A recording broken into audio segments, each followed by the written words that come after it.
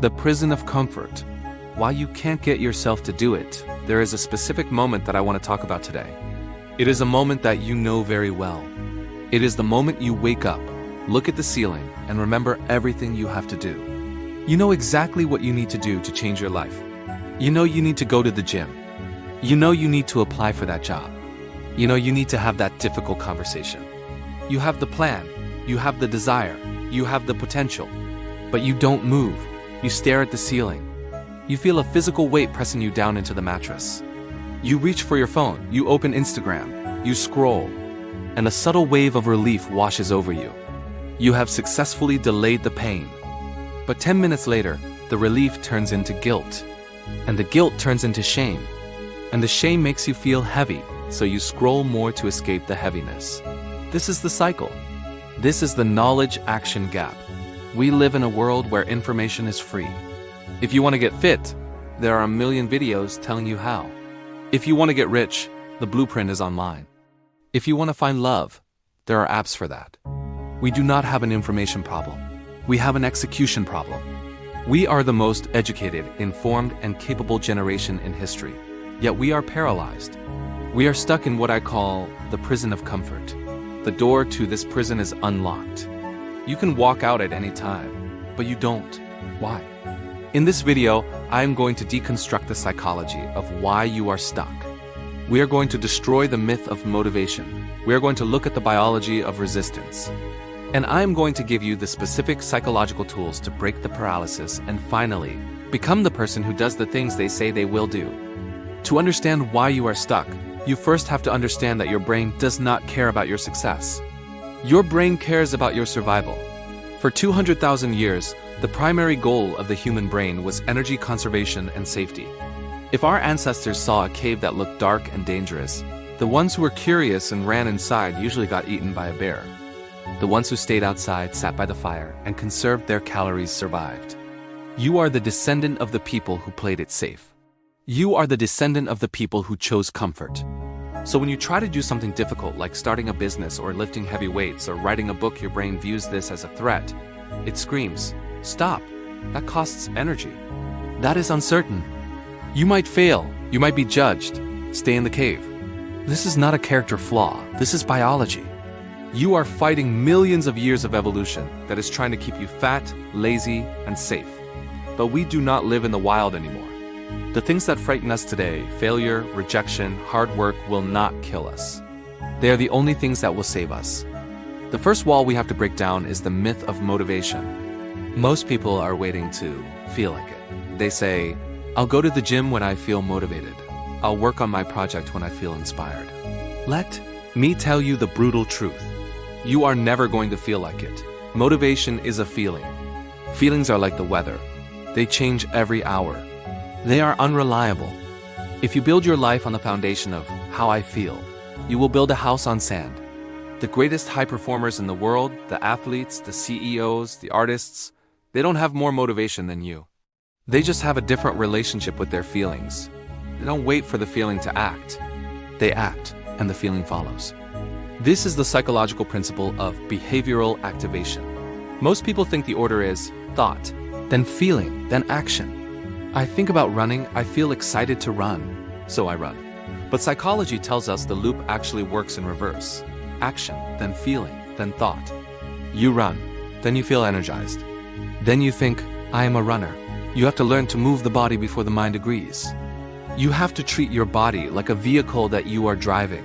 Regardless of what the passenger in the back seat, your feelings is screaming. The passenger might be screaming, "I'm tired. I'm scared, let's go home." But you are the driver. You keep your hands on the wheel and you press the gas. But what exactly stops us? What is that invisible force that pushes back when we try to move forward? The author Stephen Pressfield calls it the resistance.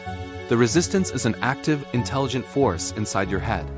Its only goal is to stop you from doing your work. And it is shapeshifter.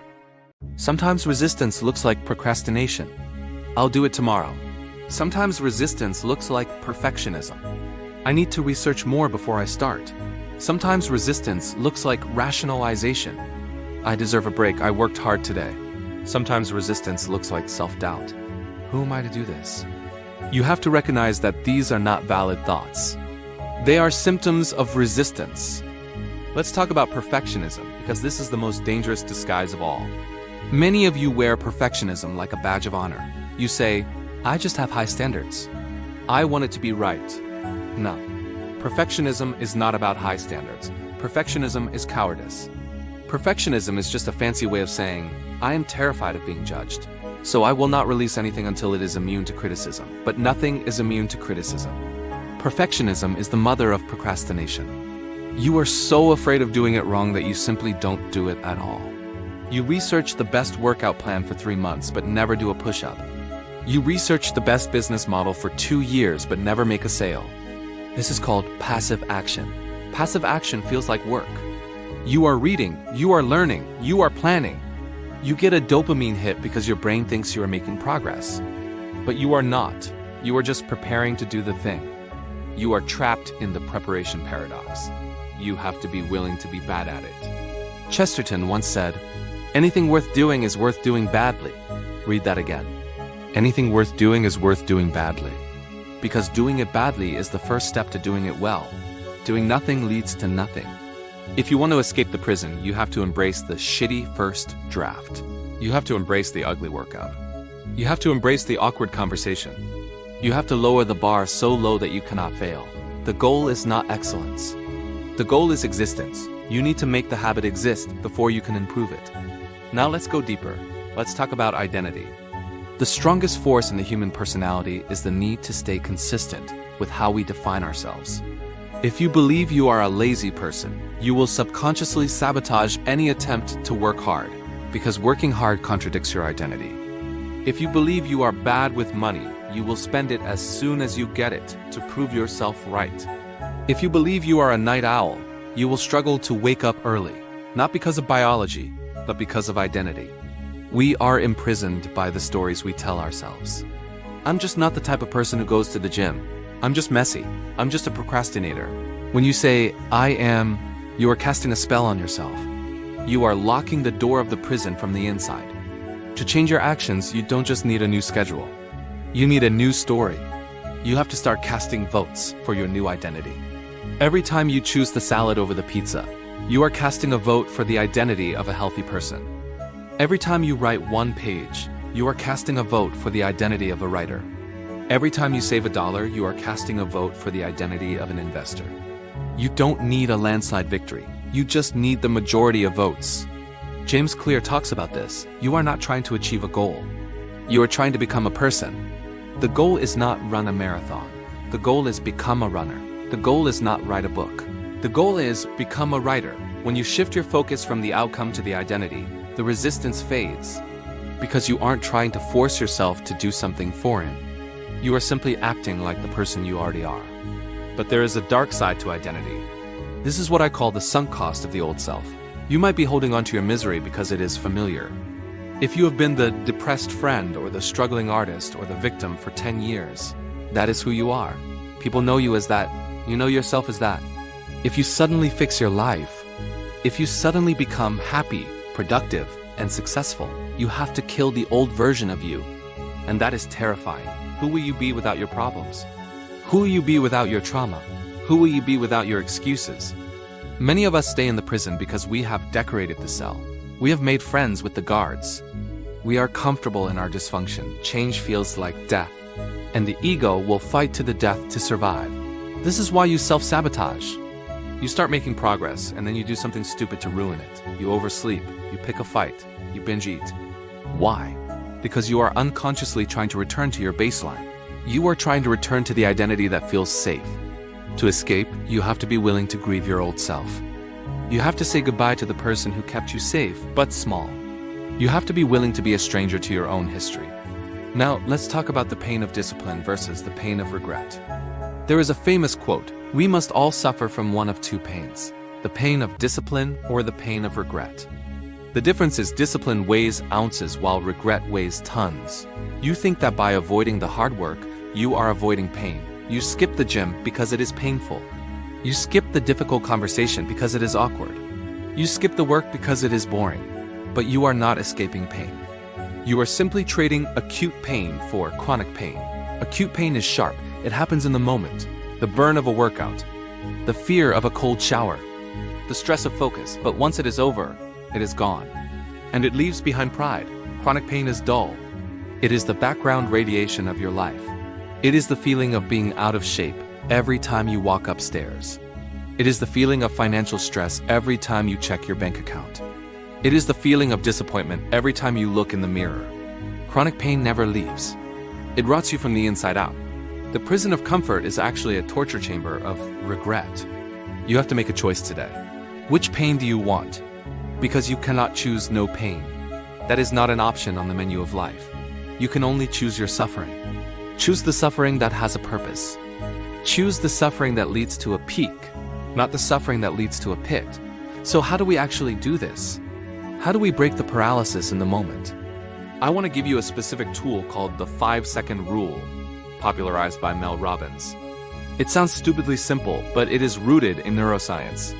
When you have an impulse to act, I should get up, I should speak up, I should start. You have a 5-second window before your brain kills the idea. Your brain needs about 5 seconds to talk you out of it. It needs 5 seconds to flood you with doubt, fear, and logic. If you move within those 5 seconds, you beat your brain. The moment you think, I need to work out, count backwards. 5, 4, 3, 2, 1, and go. Move your body. Stand up. Put on your shoes. Counting backwards interrupts the prefrontal cortex. It shuts off the habit loop of hesitation. It shifts the brain from thinking mode to acting mode. You cannot think your way into a new life. You have to act your way into a new way of thinking. Another tool is the do something principle. Mark Manson talks about this. Most people wait for inspiration to lead to motivation, which leads to action. Inspiration, motivation, action. But this is a trap, because inspiration is rare. The real loop is a circle. Action, inspiration, motivation, action. If you lack motivation, do something, anything. Wash one dish. Write one sentence. Put on one shoe. The sheer act of doing something creates a ripple. It proves to your brain that you are capable of movement. Momentum is the most powerful force in the world. But you cannot steer a parked car. You have to get it moving first. And finally, we have to talk about the environment. You cannot rely on willpower. Willpower is a battery. It drains throughout the day. If you are relying on willpower to resist the cookies on the counter, you will eventually eat the cookies. If you are relying on willpower to not check your phone while it is buzzing on your desk, you will check the phone. You have to design a life where willpower is not necessary. If you want to stop scrolling, put your phone in another room. If you want to eat healthy, throw away the junk food. If you want to work, clear your desk of everything, except the task at hand. The architect of the prison is you. But you can also be the architect of the palace. Design your environment to make the good habits easy and the bad habits impossible. Make your laziness work for you. Make it so hard to get distracted that you are too lazy to do it. Let's bring this all together. You are not stuck because you are broken. You are stuck because you are fighting biology. You are waiting for a feeling that will never come, and you are clinging to an identity that is too small for you. The path out of the prison is not a straight line. It is a messy stumble forward. You will fail. You will have days where you relapse into the comfort.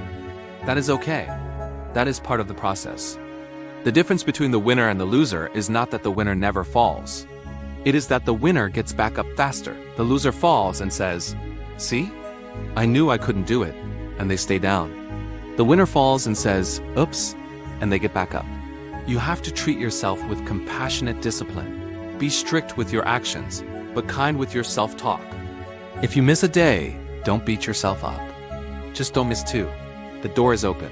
The sun is shining outside. The only thing keeping you in the cell is the story you keep telling yourself. Drop the story. Drop the excuse. Drop the need to be perfect. Just start. Start ugly. Start small. Start scared. But start. Because a year from now, you will wish you had started today. Time is going to pass anyway. You can either spend that time building the person you want to be, or you can spend it maintaining the person you are tired of being. The choice is yours. I want you to take a breath. I want you to look around your room. I want you to realize that this moment right now is the only moment that exists. The past is a memory. The future is a fantasy. Your power is here. Don't wait for tomorrow. Tomorrow is the place where dreams go to die. Do the thing today. So here's your contract. Subscribe to this channel if you are ready to stop negotiating with your potential. Go to the comments below and write one word. Execute. That is it, just one word. Tell your subconscious mind that the planning phase is over. The action phase has begun. Get up. Walk out of the prison. Your life is waiting.